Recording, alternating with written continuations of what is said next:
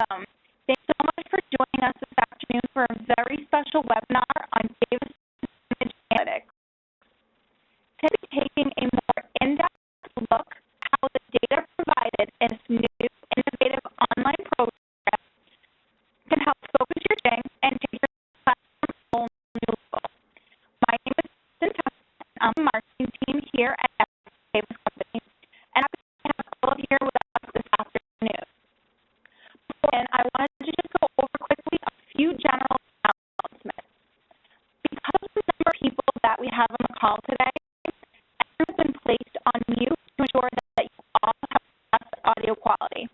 But we definitely want to hear from you, so if any point throughout the presentation you have any questions or comments that you'd like to share, please feel free to submit them at any point using the Q&A box. And that can be found at the bottom right-hand side of your screen. At the end of the presentation, if time allows, we will be able to get through your questions. Also, at the close of the webinar, there will be a brief survey that will pop up on your screen. The survey is also a good way to share your feedback with us, as well as request additional information or support, and it will allow us to follow up with you directly. Provide you more personalized help with what you're looking for. I'm going to introduce our speaker for today, Karen Sherrill. Currently teaches at Maricopa Community Colleges in Phoenix, Arizona, and is also an adjunct faculty at Upper Iowa University. She's passionate about student success and innovation in nursing, and served as a subject matter expert and development of a few products here at SA Davis. Her expertise and contributions towards integrating active learning and technologies in the classroom. My pleasure to have her with us today, and I'm now going to pass it off to her to get us started.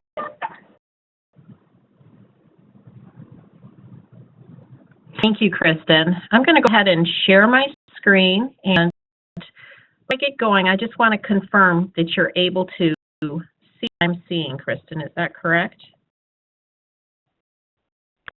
Your screen. Okay, but what I've lost is my presentation. Sure.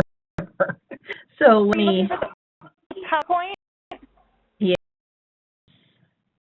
Share your screen and go back to the slide deck that's already there. You just move through the next slide. Yep. Okay, perfect. I appreciate that. Thank you. Yep. So you hear me all right now, and you can see what I'm seeing, and hopefully I'm seeing what you were seeing, and we're ready to roll.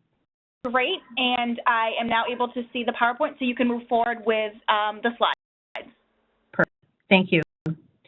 I welcome you. I really appreciate you taking the time to learn about this really valuable product. I know how extremely difficult it is to carve out a few minutes of our day, but I think what we have to offer today is so valuable, and you're going to find that it's certainly going to be enriching your students' knowledge and also very much enriching your classroom. So thank you again for taking the time to join us today. Some of this that we're going to be talking about, we're going to take a look at the advantages of the Davis Advantage Analytics. So we're not diving into the product itself, which you may have seen little snippets of, but we're going to look more closely at the analytics and how it can really help guide and direct your courses.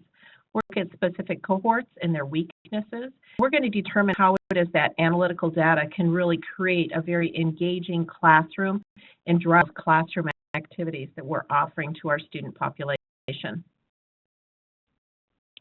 So let's look at the common cycle that we see of that struggling student. And the program that I teach in, we are in an underserved area. We have a large portion of diverse students.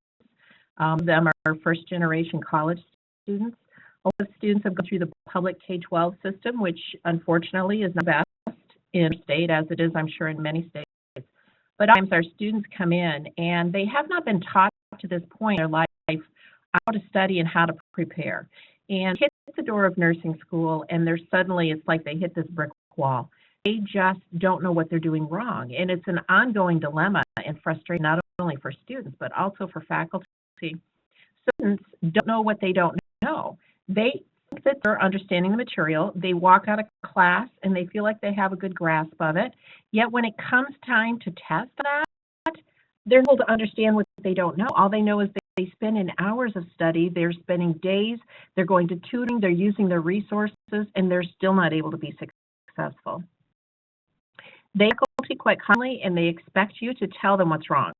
They know what's wrong, so they anticipate you're the expert, you need to tell them what's wrong. You need to tell them how they should be studying differently, how they should be preparing differently. You need to be able to plug those holes and fully understand what it is that they need to do differently in order to be successful.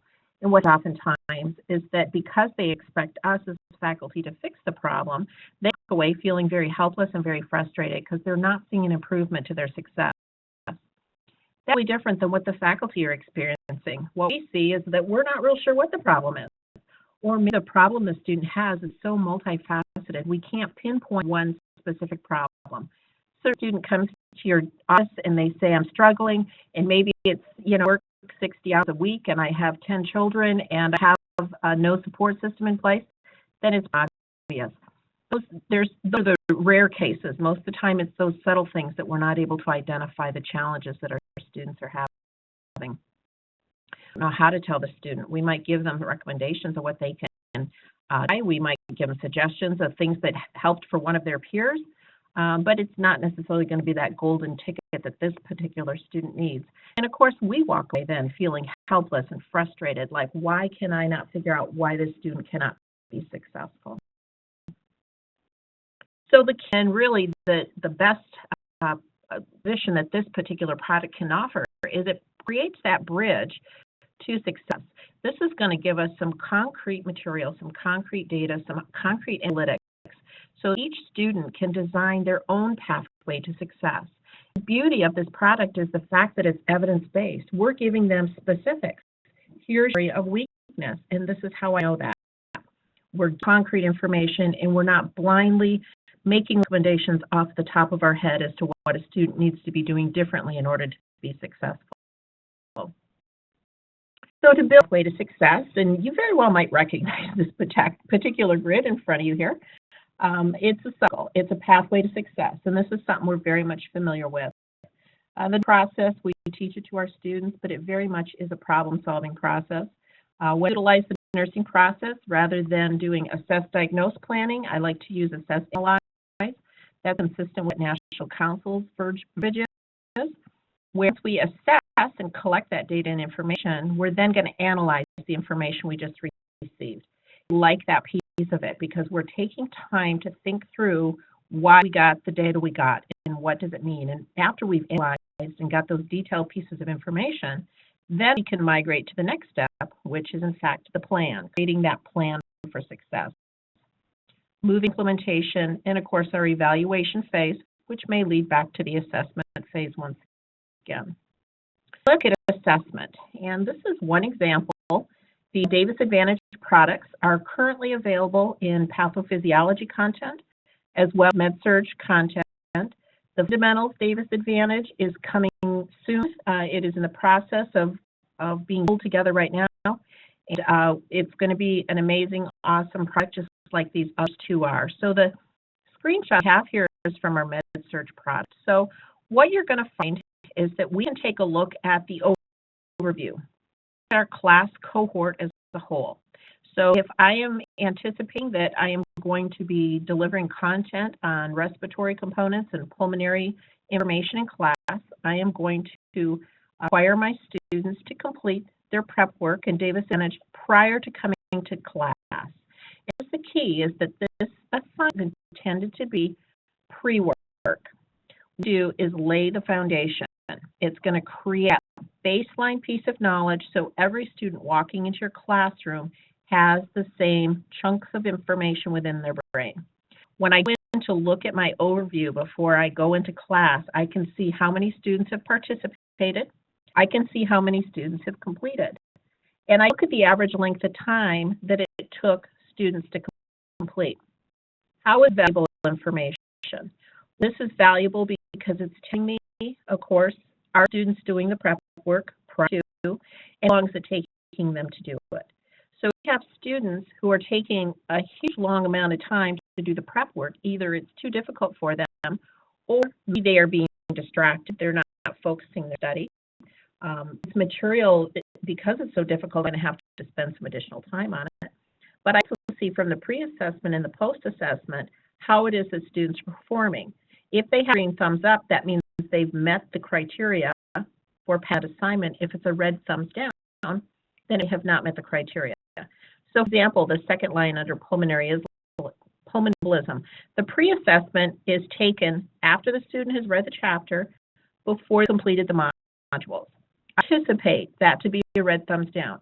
I would expect my students to fail the pre-assessment.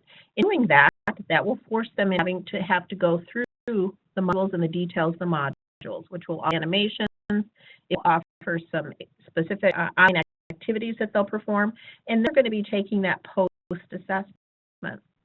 My students are passing the post-assessment.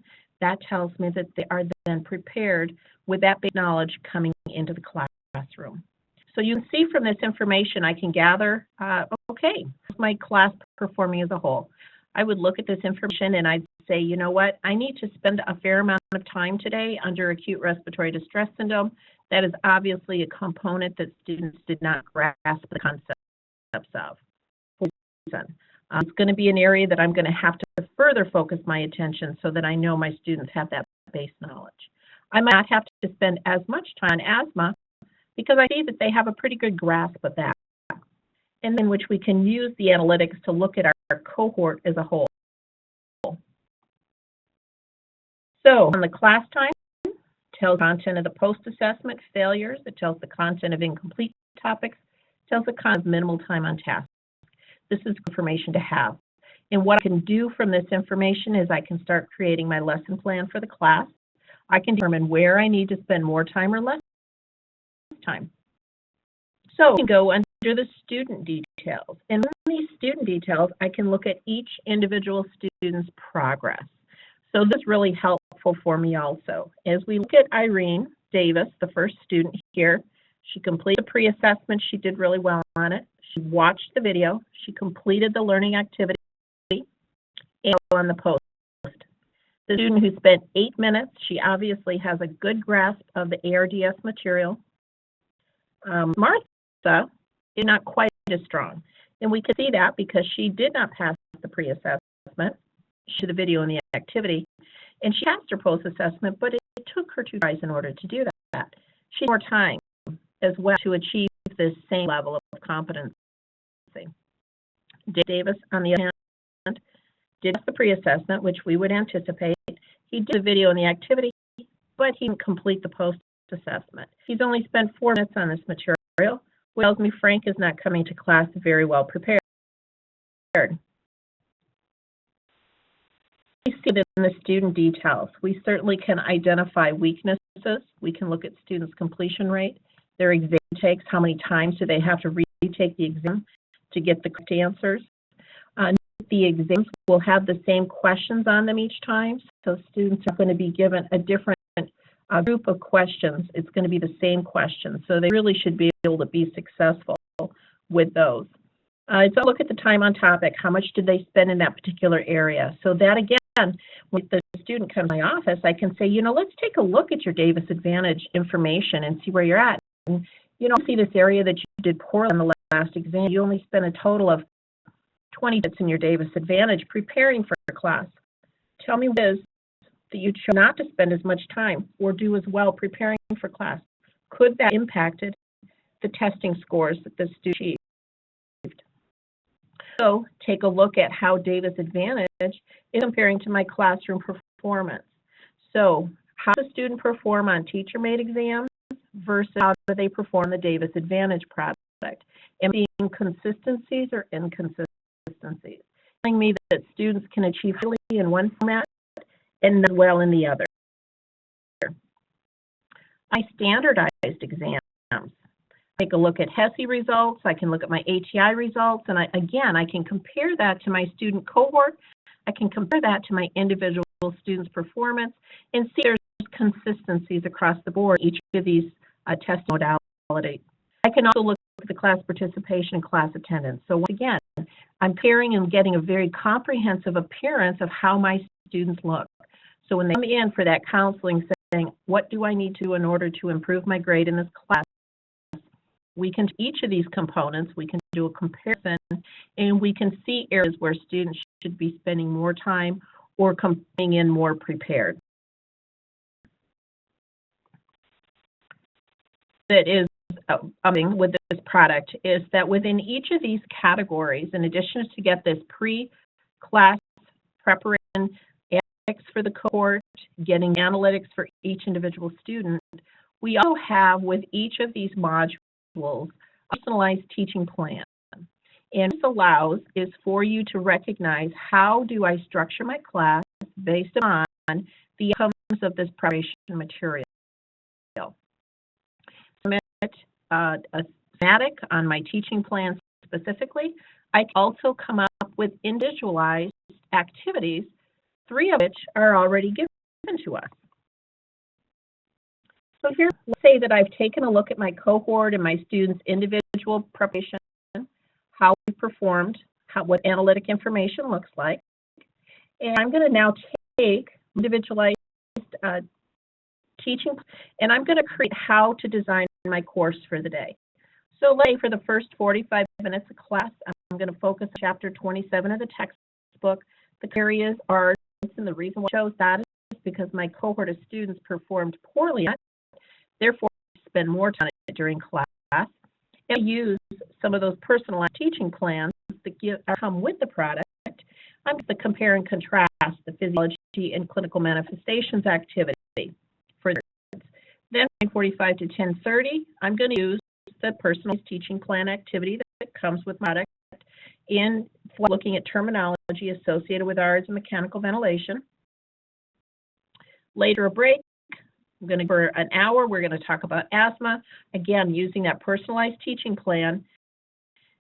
We're going to minute in asthma symptoms, and we're going to wrap up the last 15 minutes of our class using the muddiest point, which just gives us an opportunity to clarify anything for today that might be unfamiliar for students. So this is planning process. I've moved from the assessment piece into using the data, and now I've moved into my planning process.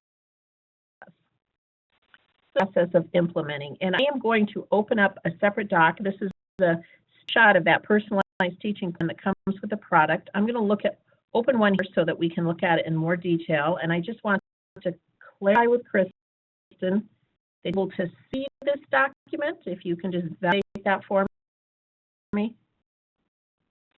If you're trying to share your screen, Karen, I'm not able to, I just still see the PowerPoint. Okay. All right, that's not going to work then. So here's what I'm going to do is let's talk through what this personalized teaching plan would look like. Within that is you are going to have 3 separate activities, and the suggested activities are going to come with directions. There are some goals for the activity. They're going to give some patient scenarios. It's going to be everything from knowledge all the way to application. There's going to be case study situations, a variety of concrete activities that you simply can grab and very quickly take into a classroom. It allows your students to have active activities, flipped concept based on those areas of weakness that we identified within the Davis Advantage pretest. So activities, like I said, come with the product. They're a grab and go, and they're all active learning processes.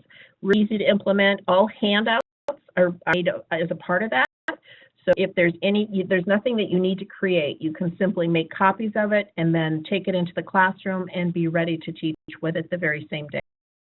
So that nursing process is identifying those outcomes, and really what we're going to do is we're going to start measuring the differences. We're going to look at how we're seeing students' progress improve as a result of coming to class more prepared.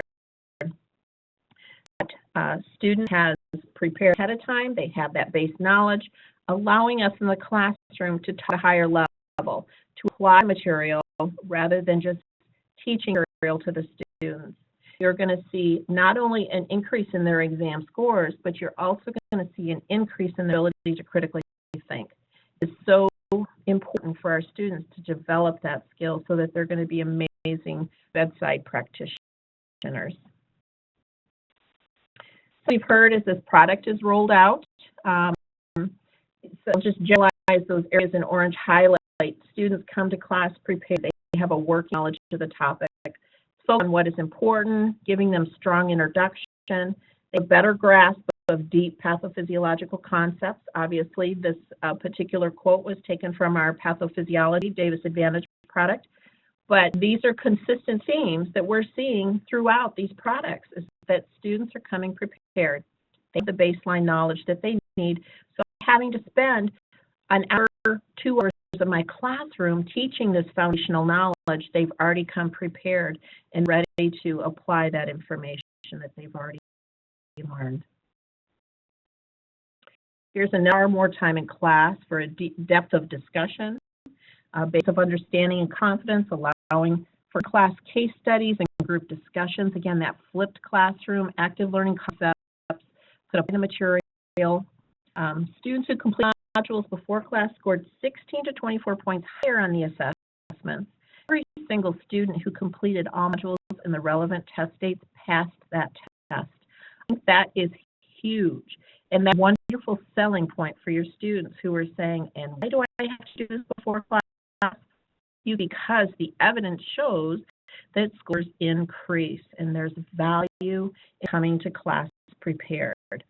You know, piece two is these modules that are created are really fun. Animations that are there are short. They're about 3 to 4 minutes each. Images, they're fast moving, they keep you entertained, they keep you engaged.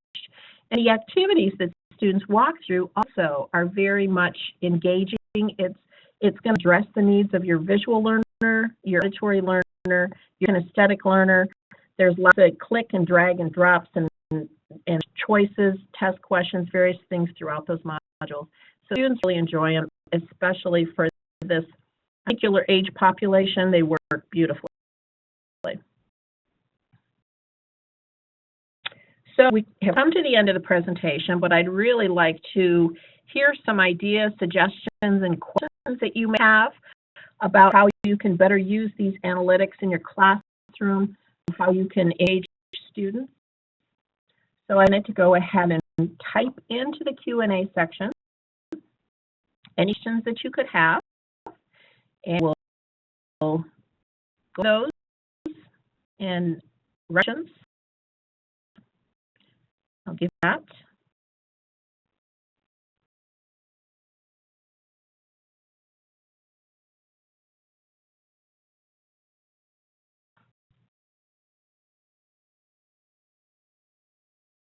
So, Chris, questions that have come in? Pretty much almost touched upon this whole one, but I thought it would be good to just circle back. We had a question from Alyssa that says, when teaching and using the assessments, how do you tie this into grading? How can you get them to do the assignments? So you talked a little bit about that when you were going over that quote from the instructor, but I don't mind just going back to that to make sure we answered her question. Okay. You know, there's a variety of ways to do it. And but I found that when I do flip my classroom and anticipate or expect students to come in prepared ahead of time, the first few semesters I rolled out, I did have to attach points to it. For this is that, of course, students that have a different mind where preparation has always been optional don't necessarily see the value in suddenly having to commit all this additional time. So attach some points to it. You certainly could attach points to the quantity of time that the students spend preparation activities. You could attach points to the fact that they completed their post-assessment first try and they got a green thumbs up. You could utilize that data and give them 1, 2, 3 points, whatever you feel would fit into your grading scale, and provide them with those pat on back kudos. What I'm though is that if your classroom is not reading information that they would have gotten otherwise, they recognize that there's value in coming prepared. And when I have students prepare before my class, I let them know right up front that I will not revisit that material I will expect they have that material before they come to class. And what happens is that when you're in an engaging, active classroom, if they haven't prepared properly, they're completely lost. You're walking out that day, oh my gosh, I didn't get anything out of this because I didn't have that base knowledge. And the majority of students will then come prepared the next time. But like I said, you kind of transition into that, giving points initially, and eventually they're going to see the value in coming prepared. And then my experience with that. Thanks for the question. Questions come in from Jocelyn asking, are the lessons geared towards different types of learning, such as visual, auditory, and kinesthetic? Absolutely, without a doubt. And I think that we have to meet all of these different learning style needs for our students with the question. In this, the population that we serve now on the college system are very much visual, auditory, and kinesthetic learners. So they have exposure to all of these learning styles, the preparation assignments, summations, as well as the learning activities that are built into the preparation assignments in all three of the learning styles, as do the individualized, the teaching plans that we put together as well are going to include those same types of learning styles. So there'll be some small group activities they can be participating in. There can be some low-scale presentations that students are going to be doing in the classroom. They could be doing some quizzing type of opportunities, just a huge variety. And you're not going to see the same activities from one week to the next. They're completely varied. So students are not going to say, oh boy, we get to do another endless case study this week. No, we're going to have different types of activities. So it's going to meet all needs of all the students with all the different learning styles. Thank you. Follow up to the question that was asked earlier. So what recommendations do you have for students that do not complete the pre-class work? What recommendations? My personal philosophy is not to be punitive. I don't feel that we should be punishing students that don't complete, but rewarding those that do. And that comes from the fact that if you look at the adult learning theory, that is the structure of how adult learners should be. We need to put the responsibility onto the students, and they need to be the ones that are taking responsibility for their learning. So being a culture where it is the expectation is probably the best thing that you can do. I personally, if it's going to come back to the student in a negative way, and we all realize that if they're not doing the preparation ahead of time, they're not going to be prepared for the exam. They're not going to be prepared for clinical or anything else. So I just see it as, you know, let's reward those that do. Let's our classroom activity to a level that they have to do the prep work in order to be successful in the classroom. It's going to drive them. If we raise that bar, they're going to achieve the bar, and those that choose to, unfortunately, are going to be the ones that are going to fall behind. Final question before we wrap up is this material helpful as a post-class format as well? It's intended to be a pre-class format. My only concern with using it as a post-class is that you're then going to be teaching this material in the classroom and going to be using the post-test. You're having to make more work for yourself, basically. What I utilize this is I say, okay, they've gotten this in the pre-work, so I don't need to reteach that component. Because the foundational piece that they need, it's not high-level thinking, it's the foundation. I then have to start out my class with that same foundation. So it's truly intended to be a pre-class activity, forcing them to get into their book, to understand the material, and then to work through these modules, so coming to class at a higher level of understanding. Great. We're going to get ready to wrap up for today. Karen, if you wouldn't mind just pushing to that last final slide. So the questions that you all asked, thank you for keeping it very interactive. If anything that Karen talked about today is something that you are trying to achieve or integrate into your classroom, there's a number of things that you can do. You can request a personal demo to learn more about Davis Advantage and how it might be able to fit within your classroom.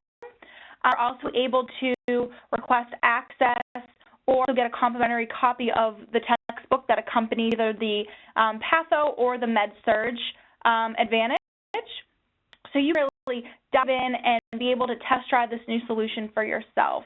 If you have any additional questions that maybe you'll think of after the webinar, or if you're interested in learning more, we have our email address on the screen, so it's davisadvantage@fadavis.com. Feel free to reach out to us at any point directly, and we'd be happy to help. Also, just to remind you again that survey will be popping up momentarily, so this is another great way for you to let us know what you're interested in, and we can follow up with you to support you. So with that, I wanted to thank everyone for joining us today, especially thank you to Karen for such a great informative webinar. I hope everyone enjoys the rest of their afternoon.